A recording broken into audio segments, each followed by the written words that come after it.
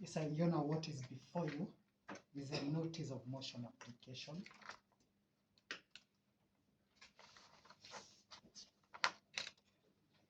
It's dated 7th January 2022.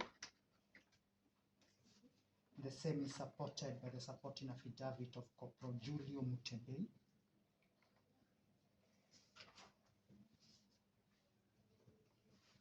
You know, we are seeking custodial orders to hold the respondent for a period of 7 days at Capitol Hill Police Station to enable the investigator to conclude his investigations. 7 days, Your Honor. Your Honor, the same is supported, is premised on the following grounds: that the respondent was arrested on 6th of January 2022 within Nairobi County.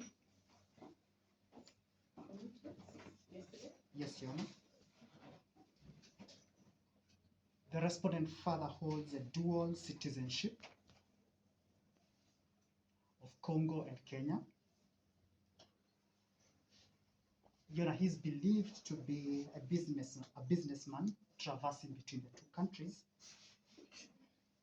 and he has been dealing in identified businesses, which include sourcing and selling of gold from unknown sources and transporting the same to different countries. Your Honor, the respondent further, time and again, has been involved in different crimes and offenses.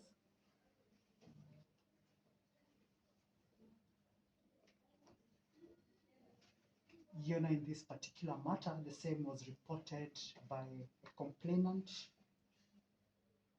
who is a foreigner of Ukrainian origin. You know, the complainant was lured into the country by the respondent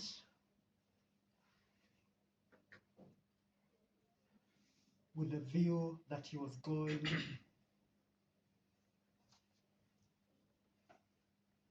or he was coming to trade and conduct the gold business with the respondent. You know, the complainant parted with some money, which he advanced to the respondent.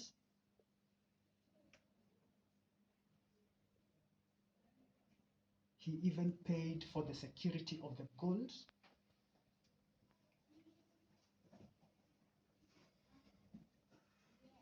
But it later turned out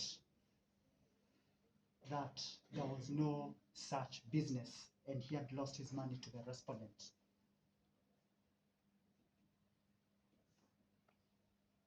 Your Honor, the investigators, on completion of investigations, will be charging the accused person with the respondent, will be charging the respondent with the offense of obtaining money by false pretenses.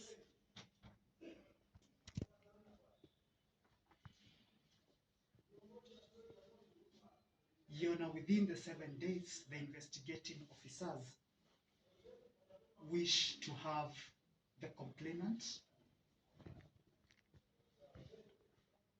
fly into the country from Ukraine with a view of having an identification parade conducted.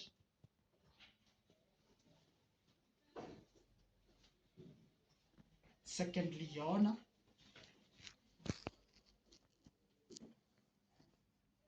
the investigators are apprehensive that should the respondent be released on cash bail,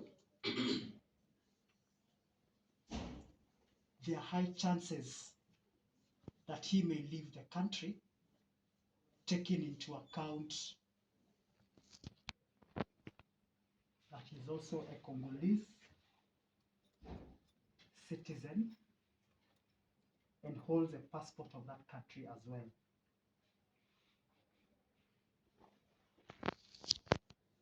In the circumstances, Your Honor, we humbly request that our application be allowed as read. That will be all. Both dated 6th of January 2022. I have also considered the averments by Mr. Papari acting for the respondent. Having considered the facts herein, I find that the state has proved that there are compelling reasons to mandate the denial of bail terms to the respondent. I take judicial notice of our porous borders that may allow the travel from Kenya without a passport. In this regard, I will agree with the state. The respondent will be detained at Capitol Hill Police Station for 7 days to allow the complainant travel from Ukraine for the identification period. We'll have a mention on 14th of January 2022 at 11 a.m. at the duty court for any other directions. Period that has been requested by my colleague, that being 7 days. Your Honor, in our view, 7 days is quite a lot of time, given that we are only seeing 2 probable grounds. Your Honor, hence we'll be requesting this Honorable Court to reduce the number of days to 4 days, Your Honor. That being 2 days will be sufficient for the complainant to travel to the country, and 1 day is enough for the investigating officer to inquire on the other cases that he has indicated. For the record purposes, Your Honor, we would just like also to indicate that there is no evidence that has been adduced before this Honorable Court to show that the accused is really flight risk, just by the fact that he owns or he possesses the 2 passports. The same can be mitigated by taking possession of the same. Hence, just for the record purposes, we'll say that he's not a flight risk in any way. For those reasons, Your Honor, we'll be beseeching this Honorable Court to find reasons with us and reduce the number of days that the respondent will be in custody. Of him leaving the jurisdiction of this particular court